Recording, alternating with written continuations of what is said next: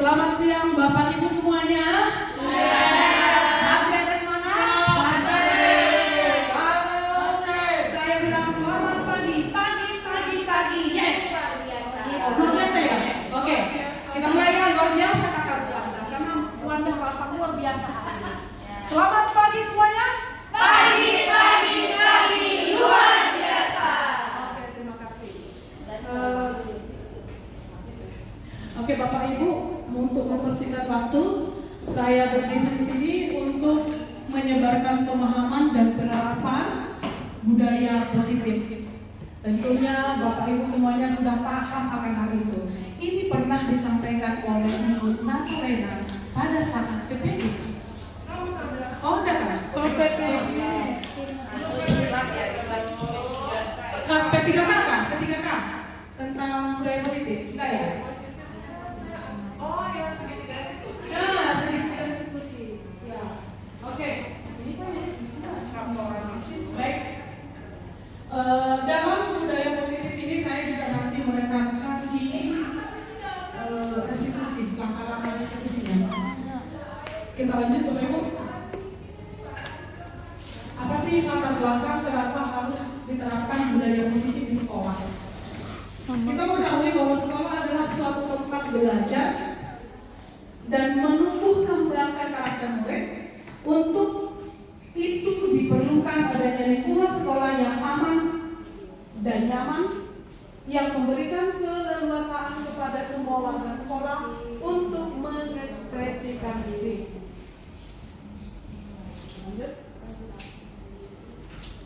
Tujuannya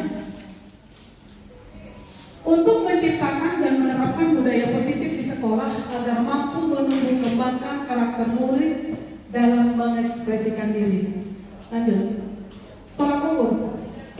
Apa tolak ukur di sekolah kita bahwa anak-anak kita atau kita guru-guru sudah melaksanakan disiplin positif? Tentunya ada ketertiban, ada ketaatan, ada kepatuhan siswa terhadap peraturan sekolah dalam pembelajaran. Maka untuk kesimpulan saya bahwa budaya positif itu yang dilakukan oleh guru, bahwa guru itu harus mampu memiliki kemampuan untuk mewujudkan budaya positif. Supaya budaya positif dapat dijalankan dan diterapkan oleh guru, sangat penting memahami satu, motivasi perilaku manusia yang berkaitan dengan hukuman dan penghargaan. Kedua, posisi kontrol seorang guru. Ketiga, pembuatan keyakinan kelas. Keempat, penerapan restitusi. Baik, sebelum kita melakukan atau melanjutkan kegiatan ini, Bapak Ibu dipersilakan berdiri dulu semuanya supaya terlihat baiknya.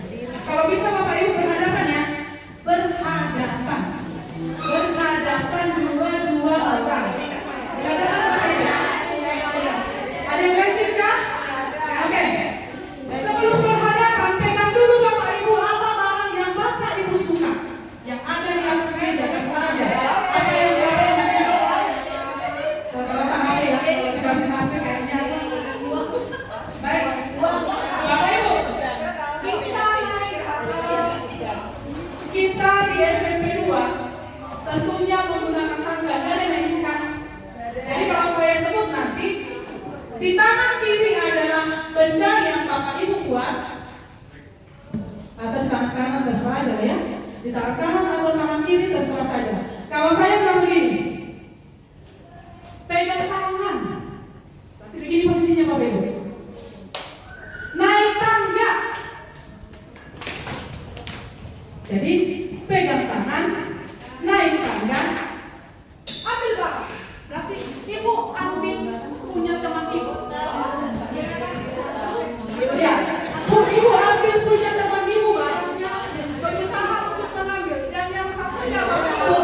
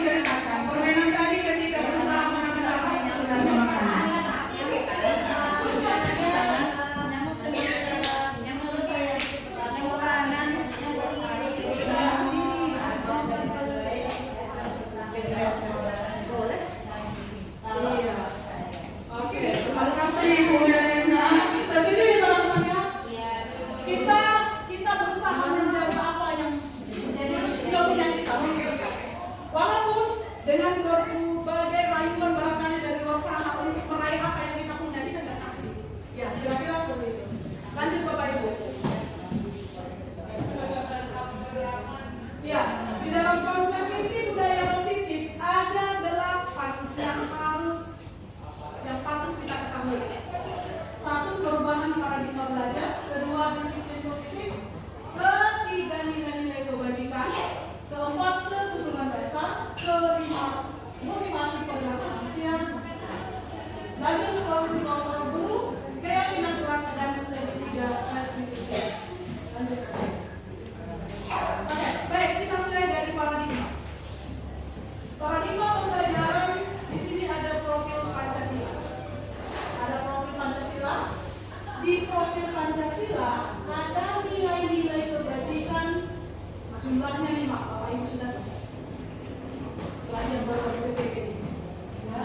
Ada di sini beriman dan bertakwa, berkebingungan global, bergotong royong, kreatif, beraktivis, dan mandiri. Ya, kelima.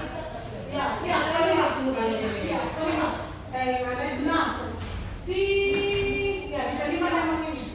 Silakan Bu. Apa tujuan dari paradigma ini semuanya sebenarnya ini? Tujuan utamanya. Bagaimana kita memfokuskan peserta didik sebagai pusat dalam kegiatan pembelajaran atau pembelajaran berpusat pada siswa? Itu sebenarnya di perubahan paradigma yang sekarang dengan yang dulu. Kalau dulu saya mengajar Bapak Ibu, tidak tahu apakah cuma saya ya.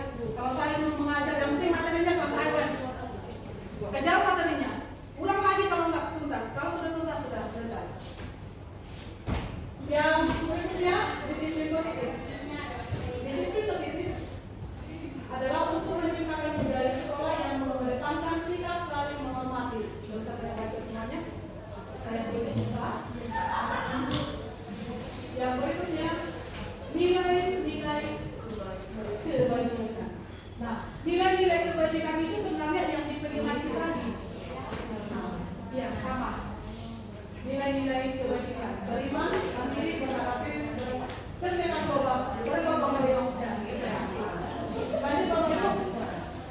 Nah, supaya kita bisa menjalankan yang P5 atau nilai kebajikan itu, kita harus mengetahui dulu sebenarnya bahwa manusia itu punya kebutuhan. Apa kebutuhannya? Ini ada kebutuhan bertahan hidup. Yang berikutnya perlu kasih sayang. Siapa yang mau dikasih sayang di sini? Semua lebih oke kan? Yang berikutnya kebebasan atau freedom. Kita pengen bebas melakukan hal ya sepanjang itu sih masih sesuai dengan norma-norma kehidupan masyarakat. Yang berikutnya kesenangan, fun. Kita suka melakukan yang kesenangan. Dan yang berikutnya adalah penguasaan atau power. Kalau bisa kita berkuasa atas sesuatu, kita pemenangnya. Biasanya itu adalah cita-cita anak-anak manusia. Ya. Di balik itu ada motivasi. Apa motivasi? Menurut Bapak Dosen tahun 2024, kalau siswa, bukan siswa aja sih, kita juga orang dewasa seperti itu. Bila kita melakukan sesuatu, kalau kita melakukan sesuatu, ini ada 3 hal yang ada di benak kita. Pertama, karena takut kita sama hukuman. Kedua, kita pengen mendapatkan penghargaan. Dan yang ketiga, keinginan kita. Mana siklus yang paling rendah di antara 3 ini? Wanda mana paling rendah? Satu. Kalau siswa melakukan sesuatu hanya karena takut pada hukuman, itu tingkatannya rendah. Maka kita jangan suka menjadi guru berhukum. Saya dulunya guru berhukum. Kalau kamu lakukan ini begini, kalau kamu lakukan itu begitu. Nah, berarti berhukum. Nah, kalau penghargaan, ternyata Bapak Ibu, saya juga setelah mengikuti CGP, harapan saya penghargaan itu sudah sangat bagus lagi kita lakukan pada siswa. Tetapi di sini disarankan boleh memberikan penghargaan sepanjang penghargaan itu tidak berlebihan. Wah, wali kota Tarakan itu memberikan penghargaan yang besar buat yang ranking kan? Nah, tetapi di balik penghargaan itu ternyata ada persaingan yang kurang sehat di sana. Kita aja tidak mengenal itu selama ini. Nanti kita bahas ya di berikutnya. Nah, yang ketiga ini adalah tingkatan yang paling tinggi. Bila si anak atau kita melakukan sesuatu karena keinginan, nilai yang sungguh diharapkan.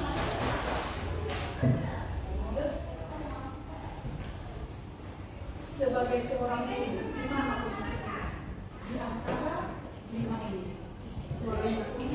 Nomor 5. Bu Nirwana nomor 5, luar biasa. Ayo. Bu Ira di mana, Bu Ira? Di mana yang paling sering? 3. Teman. Oke. Nanti kita akan melihat contohnya seperti apa guru yang dikatakan itu sebagai guru. Bagaimana cara kita bertanya supaya siswa itu mengerti dan bertanya. Nah, penghukum.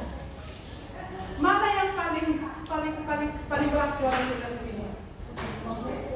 Sering kan?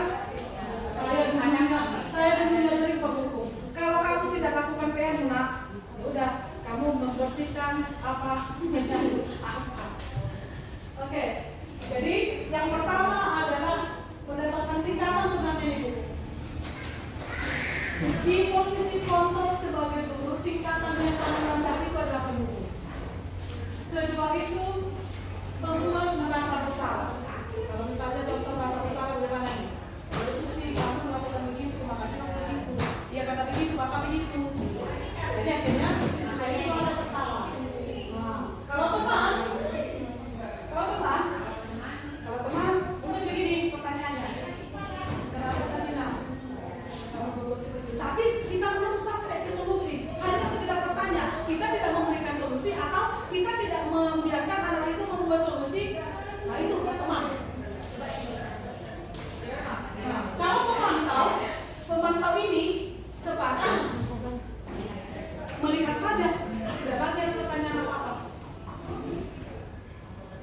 Kalau manajer sebenarnya standar dibagi dalam pilihan paling seorang guru itu diharapkan bisa jadi manajer. Kalau kita sebagai teman belum ini sebelumnya. Nah, nanti kita lihat langkah-langkahnya bagaimana supaya bisa seorang guru jadi manajer. Yang ketujuh, membuat keyakinan kelas. Ini keyakinan kelas belum saya bahas. Sudah semua membuat keyakinan kelas. Saya yakin Bapak Ibu sudah ikut. Lanjut, restitusi. Ya, untuk restitusi, apa yang dimaksud dengan restitusi? Saya agak awalnya tentang bahasa restitusi. Ya, saya bayangkan apa yang kantor perusahaan gede gitu kan ada restitusi. Ternyata bahwa kita pun di sekolah melaksanakan restitusi itu jauh lebih bagus untuk mengembalikan rasa percaya diri anak. Restitusi itu adalah menciptakan kondisi bagi murid untuk memperbaiki kesalahan mereka sehingga mereka dapat kembali pada kelompok mereka dengan taktik yang lebih kuat. Restitusi bukan untuk menebus kesalahan. Restitusi adalah sebuah tawaran dan bukan paksaan. Tawaran lagi.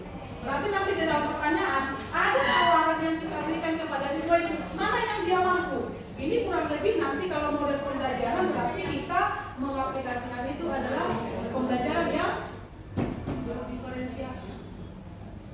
Yang berikutnya, restitusi fokus pada solusi. Restitusi fokus pada solusi dan dapat mengendalikan murid yang berbuat salah terhadap kelompoknya. Oke, kita lanjut Bapak Ibu ya.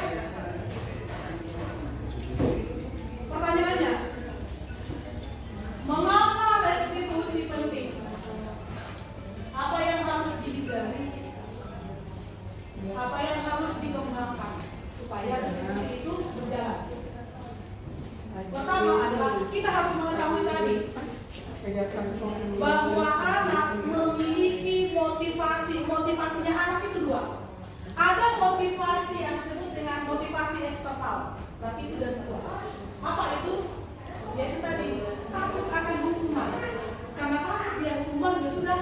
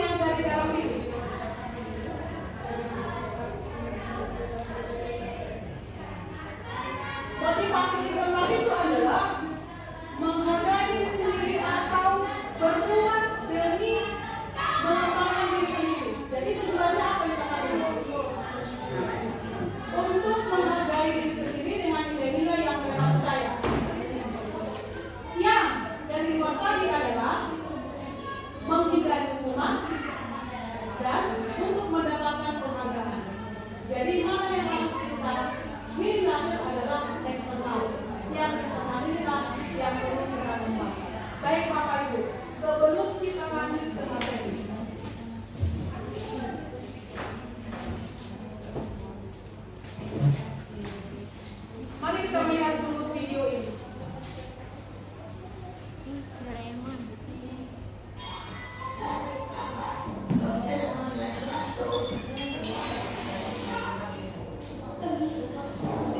Ini bukan mimpi kan?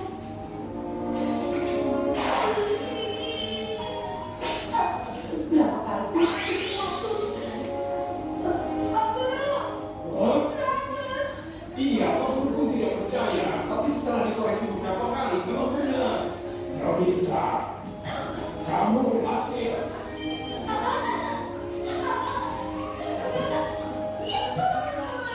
Iya, kemarin dia muncul di TV. Aku nonton itu. Tapi kenapa jalan saja sampai nggak tahu kalau dia bicara pakai suara perut? Ya, nanti itu mulai sekarang. Aku juga dari ibu. Iya, dari Tuhan, aku mau seperti dia juga. Itu pasti keren kan? Ya. Ada kekurangan yang coba di sini. Kira-kira udah siapa ya? Hebat, nilainya 100. Kalau nilainya 100, sudah pasti itu bukan punya Nobita kan? Di sini tertulis Nobita Nobi. Itu saya nilainya 100 kan? Bukan nilainya sedangkan itu sampai dia 100 nah. Shizuka. Kalau misalnya di bulan kemarin aku dapat 100, kamu percaya?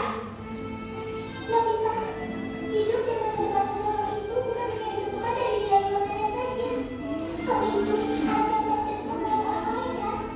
Kalau kamu menerima, jangan sedih. Pokoknya jangan pernah menyerah ya. Besok harus lebih semangat lagi.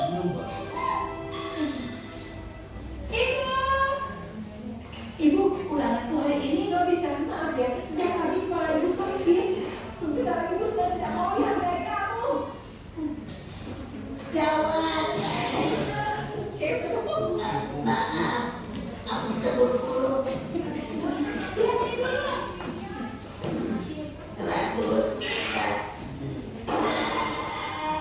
Kamu ini menyontek ya? Kenapa? Kenapa semuanya? Iya maaf, soalnya aku sedang buru-buru jadi.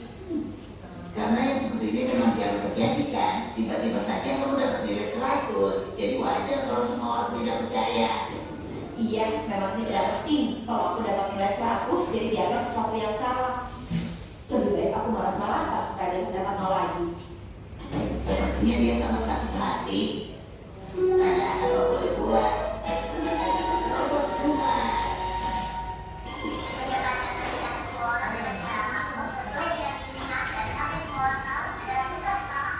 Kasih bapak untuk sebuah cerita.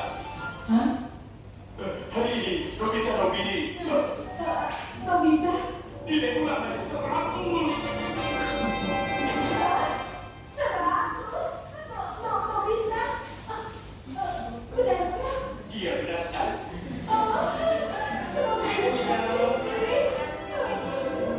Dua kata seperti ini ya? Siap, laksanakan. Oh iya, aku sampai lupa.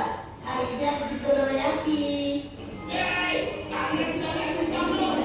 Iya, sudah. Ada berita, ulangannya dalam 100. Nobita hebat sekali ya. Aneh, padahal aku kan udah pernah beberapa kali dapat nilai 100. Iya, karena kamu yang begitu rasanya biasa saja. Karena ini Nobita yang gagal, nanti jadi berita besar. Oh iya, benar juga ya. Justru karena Nobita memang belum pernah dapat nilai 100. Setelah kasus ini jadi berita besar, sekarang waktunya untuk membuat masyarakat lupa.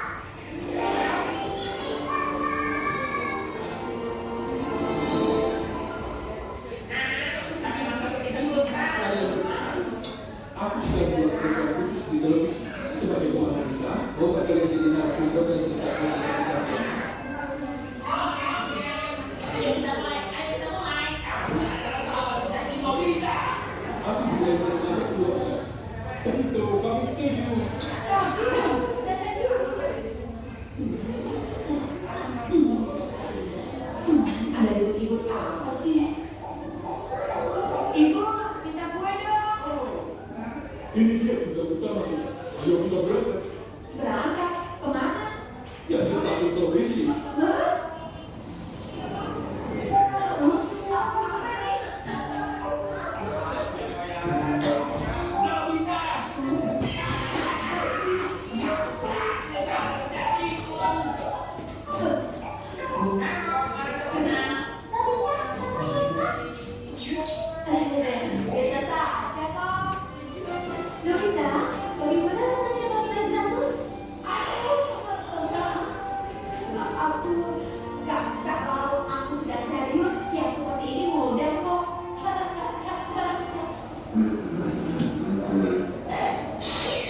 diskon nilai 100. Semua harga serba 100. Jamiannya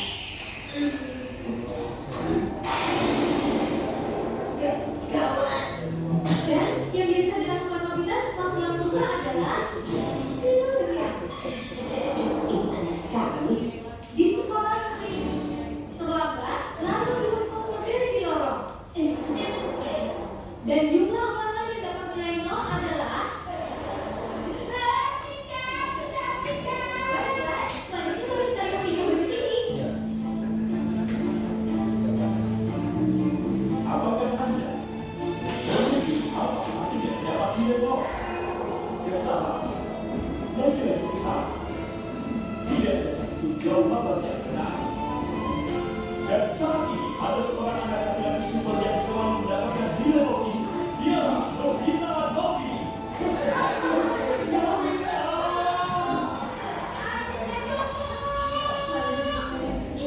Nobi.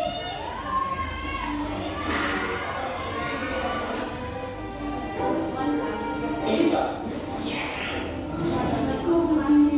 Untuk mengenang prestasi Nobita, hari ini diresmikan sebagai hari libur.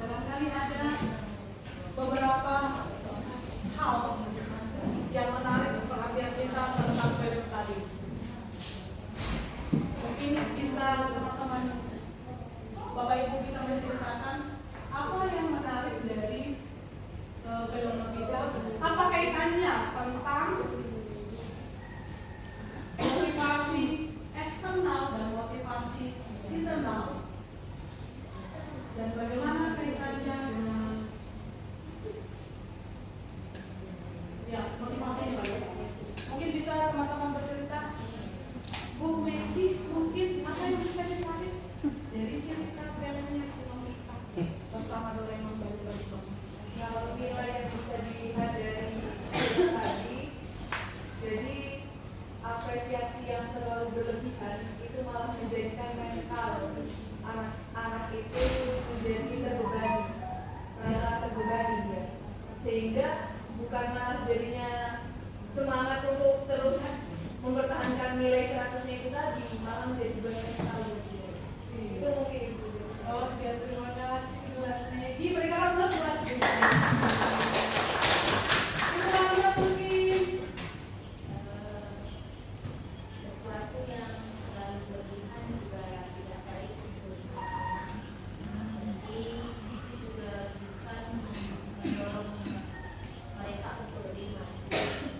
Karena sesuatu yang dapat berhubungan dengan keluarga, kita itu tidak terlalu maksimal ya. Sehingga dia merasa terbebani dengan penghargaan yang begitu besar. di dalam reaksi si Novita tadi di posisi kompromi ini ada nggak yang dia rasa di situ? Coba di 1, 2, 3, 4, 5 itu. Memang itu untuk guru, tetapi ada nggak perasaannya si Novita di antara 1, 2, 3 paling tidak? Ada nggak? Nomor berapa? 2. Nomor 2. Kenapa dia merasa bersalah? Kalau kita lihat tadi film tadi bahwa si Novita itu kan merasa kebetulan kan mendapat 100 itu bahwa selama ini nggak belajar dia. Jadi bahwa si Novita itu cenderung dia merasa bersalah. Bahkan sampai dapat pun nilai 100, nggak berani dia menunjukkan nilainya ke mamanya, ke ibunya. Dia berusaha untuk menyembunyikan. Kenapa? Karena selama ini atas apa yang dirasakan, dia selalu merasa bersalah. Karena terlalu sering mendapatkan nilai yang bukan 100, bahkan 0. Nah, inilah mungkin yang perlu kita antisipasi atau kita lakukan di sekolah. Contoh ini, Pak. Di posisi manakah kita selama ini? Tadi ada 5 kontrol guru. Di antara 5 kontrol itu ada salah satunya tadi adalah penghukum. Kalau ini adalah contoh hukuman. Sebentar selanjutnya. Nah ini hukuman.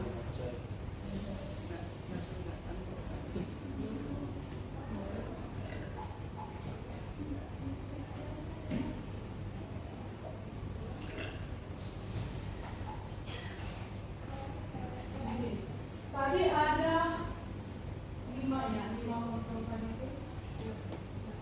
Dan ini Bapak. Ini. Selama ini baik saya sebagai saya pribadi, Bapak Ibu. Saya pribadi cenderung di sini.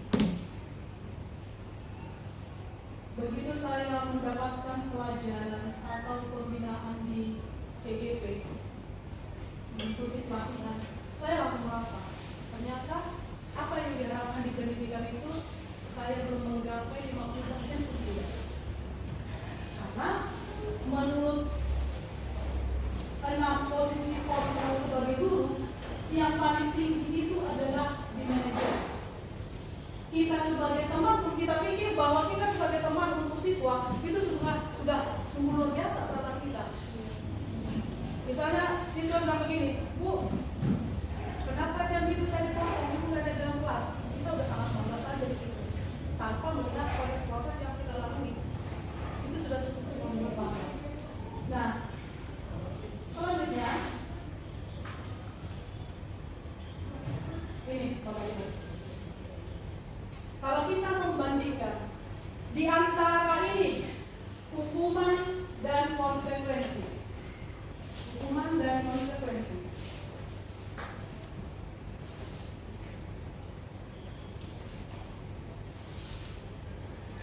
Menurut Bapak Ibu, mana sebenarnya yang lebih berat kita lakukan?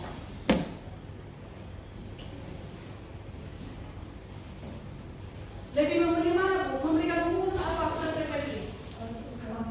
Lebih ringan konsekuensi kan? Nanti kita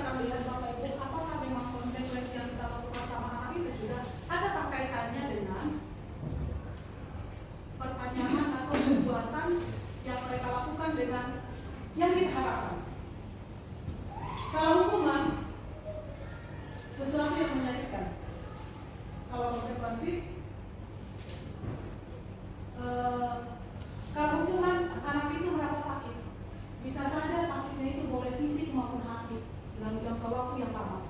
Tapi kalau konsekuensi, anak bisa merasa tidak nyaman tapi jangka waktunya pendek. Yang berikutnya, bisa saja karena hukuman anak itu jadi membenci tentang kedisiplinan. Kalau dikonsekuensi, boleh saja anak itu jadi lebih menghargai disiplin. Kalau hukuman itu cenderung paksaan, karena yang membuat adalah misalnya saya pribadi yang membuat, bukan atas kesepakatan antara siswa dengan guru. Sementara kalau dalam pembelajaran ada sebuah kesepakatan yang kita harus buat sehingga terbentuk bahwa pembelajaran itu adalah berpusat pada siswa. Kalau dikonsekuensi, stimulus atau memberikan tanggapan. Kalau hukuman mendorong anak menyakiti diri sendiri, sedangkan kalau dikonsekuensi mendorong anak agar mudah menyesuaikan diri. Di hukuman konsep diri yang buruk, di konsekuensi konsep diri yang baik.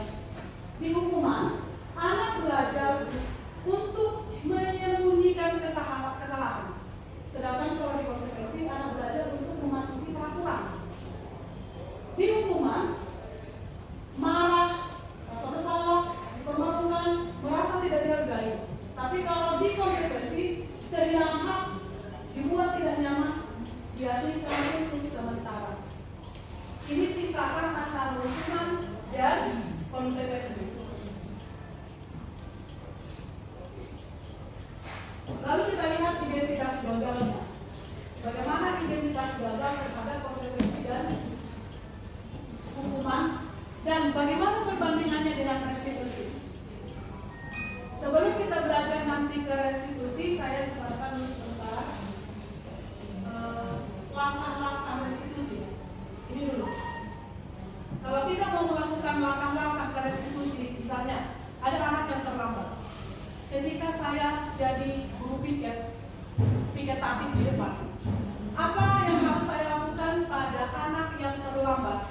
Yang saya lakukan yang pertama adalah ini, terutama oleh kelas. Yang pertama apa?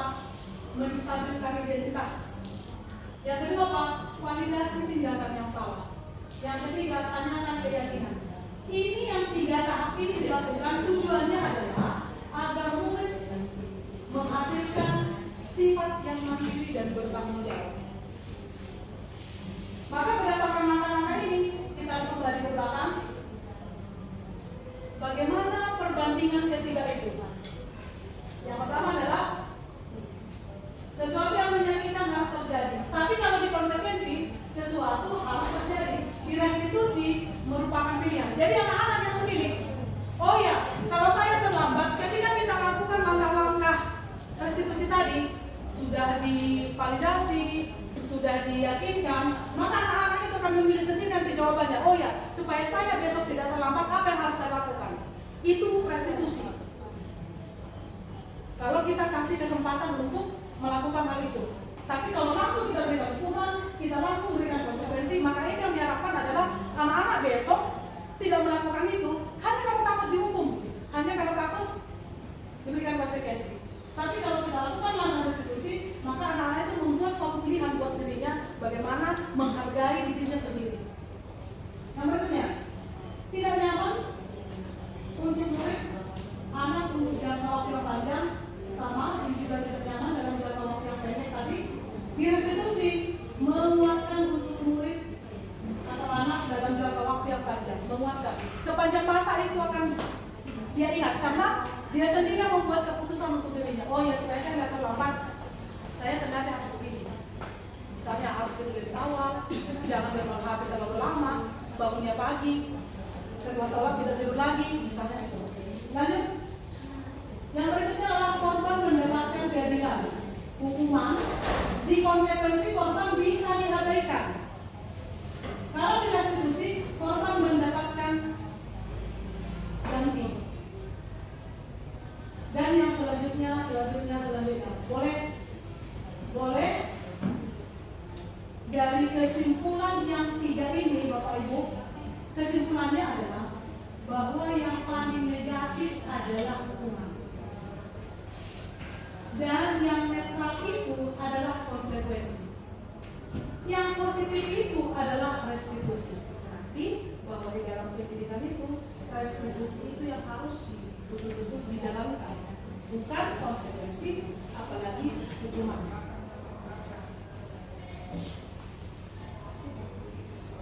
Ini langkah-langkahnya tadi. Langkah-langkah restitusi yang pertama adalah menstabilkan identitas. Kalau distabilkan identitas, di sini nanti ada di menstabilkan identitas ini ada sesuatu hal yang kita lakukan untuk menguatkan anak. Contoh gini, kamu kenapa terlambat? Anak bilang, oh saya tidur tadi malam jam 12. Bagaimana cara menguatkan dia bahwa supaya dia tidak merasa bersalah tidur jam 12 itu? Caranya mungkin boleh kita buat seperti ini.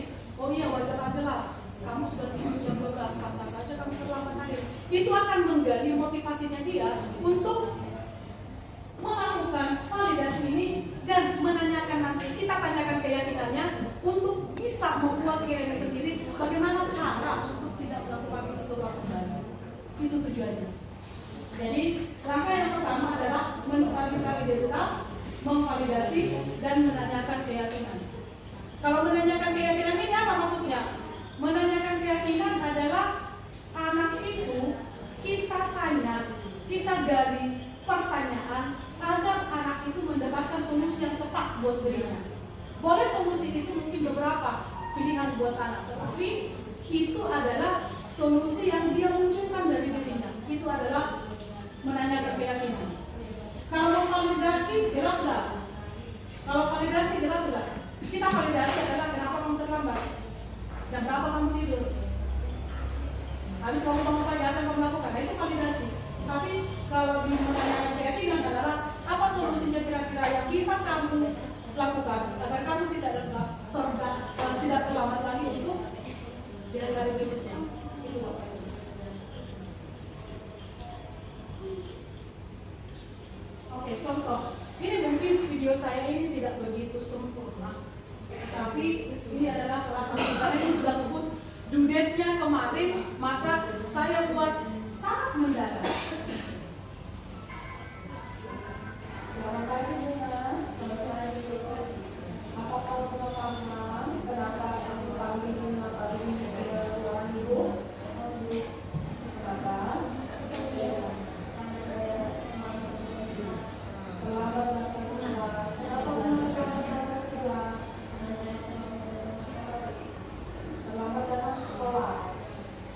Jam berapa Bunda tidur tadi malam? Jam 9.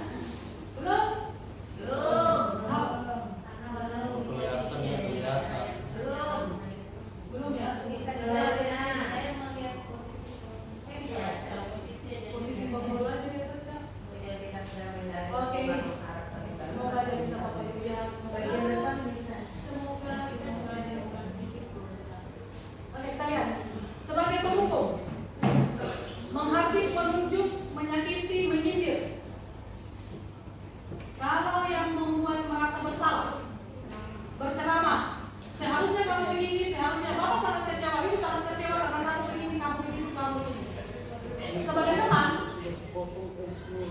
guru itu akan memberikan alasan pada siswa. Seandainya kamu tidak begitu, pasti kamu begini. Seandainya kamu begini, pasti kamu begitu. Kurang lebih seperti itu. Nah, kalau memantau itu hanya sebatas menghitung dan mengukur, artinya di sini kesalahan yang lalu kita bandingkan dengan yang sekarang. Oh, anak itu memang dari dulu memang sudah negatif, sering begitu, tanpa memberikan kita solusi apa yang tepat buat anak itu. Yang berikutnya sebagai manajer, kalau manajer di sini, nah itu kayak perusahaan paling dia manajer itu adalah mengajukan beberapa pertanyaan dengan langkah-langkah eksekusi. Apa tadi langkah yang pertama? Langkah pertama tadi apa? Iya, identifikasi, mengidentifikasi. Kedua, memvalidasi. Ketiga, meyakinkan. Meyakinkan itu dengan cara apa? Kita bertanya apa solusinya. Dan yang berikutnya, kalau kita karena di SMP 2 sudah rata-rata semua membuat keyakinan kelas, kita harapkan pada saat anak itu kita validasi anak tersebut yang membuat suatu kesalahan, kita berusaha untuk bertanya keyakinan kelas itu dengan harapan mereka juga akan meyakinkan itu keyakinan kelas yang mereka buat. Itu tujuannya. Menurut teorinya seperti itu. Yang berikutnya, kalau kamu tidak ketika berkata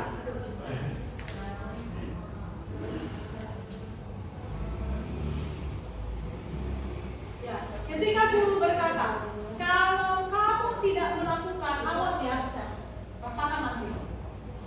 Lalu kalau orang yang membuat, kalau seorang guru yang biasa membuat agar siswa itu merasa bersalah, bahasanya apa? Kamu seharusnya, kamu sudah tahu kan, kalau melakukan ini, begini, begitu. Nah, ternyata itu adalah pernyataan-pernyataan yang membuat siswa itu semakin merasa bersalah. Pernyataan-pernyataan seperti itu. Lalu kalau teman, ayo lakukan begini, nanti saya dimarahin kelas sekolah. Kalau kamu tidak begitu, nanti saya dimarahin kelas sekolah. Saya akan jemput kelasmu. Begini, begitu. Itu teman. Lalu kalau yang memantau, kalian sudah tahu kan apa peraturannya? Kalau belajar begini, kalau begini dan selanjutnya. Lalu kalau manajer, apa yang kita yakini? Apa yang kita yakini? Dan bagaimana cara memperbaiki masalah itu? Itu yang harus kita tekankan. Yang berikutnya, hasil dari seorang guru yang biasa melakukan penghukuman, anak itu akan sering menyalahkan orang lain, memberontak, bahkan berbohong. Karena takut dihukum. Oh iya, berapa nilaimu? Kalau itu orang tua tapi ya, berapa nilai pada sang anak ini? Nggak dibagi guru, masih penting kelas 100. Nggak dibagi guru, belum. Yang berikutnya, kalau merasa bersalah, menyembunyikan, menyangkal dan berbohong. Ternyata dampak dari penghukuman dan berbuat bersalah kurang lebih sama di hasilnya. Dan yang berikutnya, kalau teman, nanti si anak itu justru ketergantungan. Dikit-dikit bertanya, Bu bagaimana caranya? Dikit-dikit mau WA, Bu bagaimana ini? Bu bagaimana? Karena kita dianggap teman. Yang tidak seharusnya pun kita pikirkan ditanya lalu chat WA lagi, grup lagi. Bisa ada seperti itu. Dan kalau pemantau menyesuaikan diri bila diawasi. Nah ini. Kalau merasa dia diawasi oleh guru, dia akan melakukan hal itu. Kalau tidak, bisa mengabaikan. Dan kalau di manajer, dia menguatkan pribadinya. Yang berikutnya, bagaimana dia dengan di dunia dan kualitasnya nanti?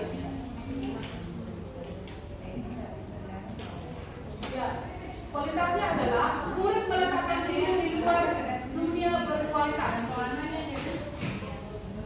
Yang selanjutnya, kalau merasa bersalah, memaafkan dan selanjutnya. Oke Bapak Ibu, di sini ada sedikit pertanyaan. Ini anggaplah sudah kita paham ini Bapak Ibu ya. Penghukum membuat bersalah teman kurang lebih seperti ini. Di sini ada pertanyaan Bapak Ibu.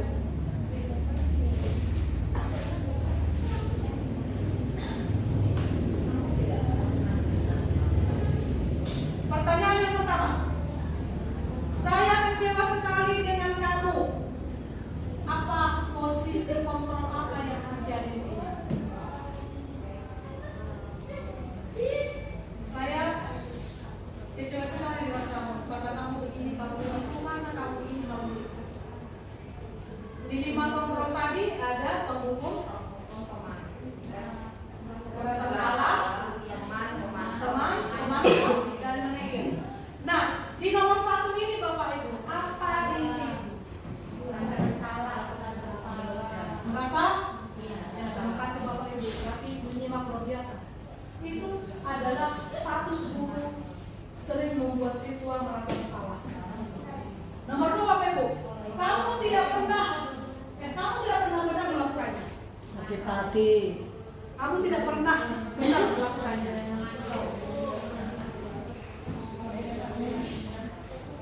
Kira-kira ini mungkin ada yang berpikir bahwa ini adalah apa? Pemantau. Oke, bukannya pemantau. Ibu ini apa? Penghukum. Nah, Bu Sinta penghukum.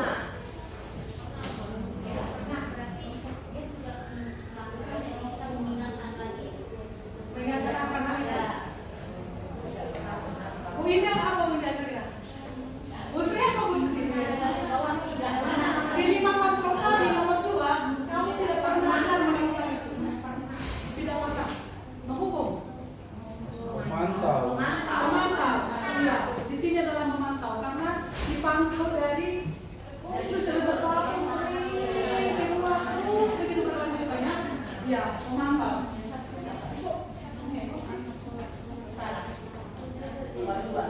Sudah masuk ya Kak? Belum ya? Tinggal berapa menit? Oke, Bapak Ibu kita sedikit lagi. Nomor 3, apakah kamu mau mendapatkan stiker bintang ini?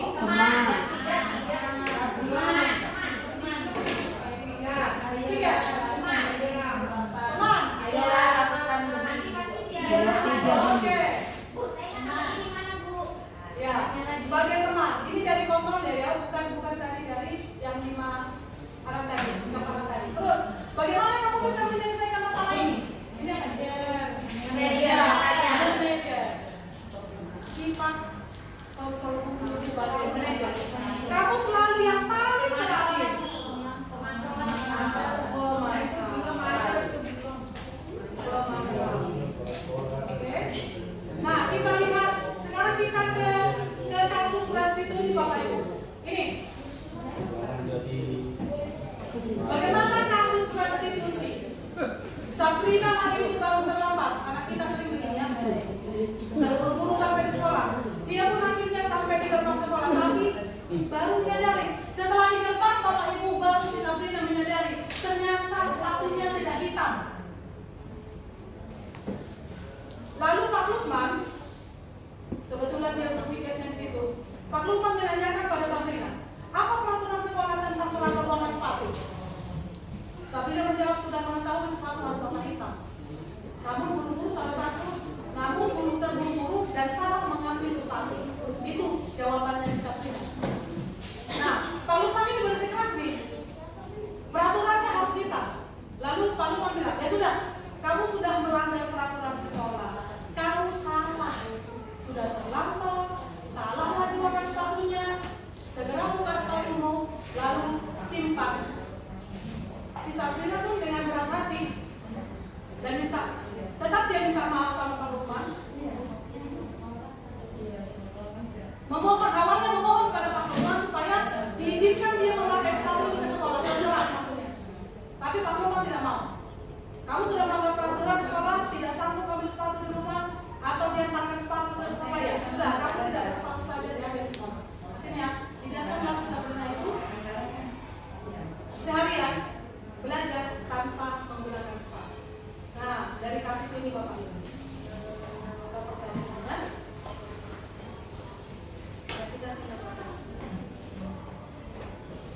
Dalam kasus di atas dengan posisinya sebagai Pak Lukman,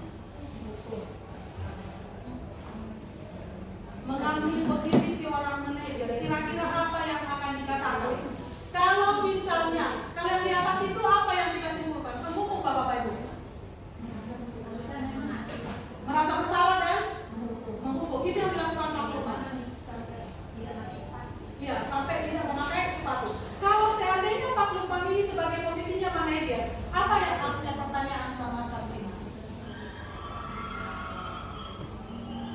Bagaimana merangkai pertanyaan pada Sabrina agar Pak Lukman itu posisinya bukan sebagai penghukum, bukan juga sebagai pembuat merasa bersalah pada Sabrina. Tapi kalau tidak, atau Pak Lukman itu jadi manajer, apa yang harus ditanyakan? Oke, satu, Wanda. Pertama, menanyakan peraturan. Yang kedua, menurut yang udah alasannya, betul, alasannya. Yang ketiga, solusinya, betul. Kenapa? Kan kita harus bertanya sebagai Sabrina, kenapa kamu buru-buru? Memang kamu tidur terjadi apa tadi malam? Kita kan harus memvalidasi semuanya kan, baru kita bertanya, menggali pertanyaan lagi supaya si Sabrina itu dapat menggali jawaban yang tepat yang dia mampu untuk melakukan itu supaya itu tidak terulang kembali. Ya, itu aja saya pikir. Selanjutnya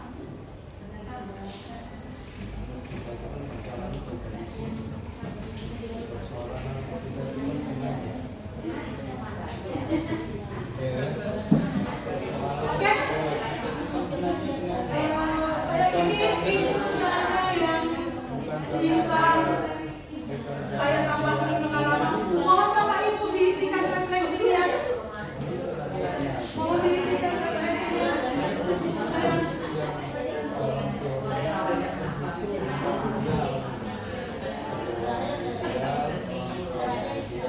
Baik Bapak Ibu, tolong diisikan refleksinya bersama ya Bapak Ibu.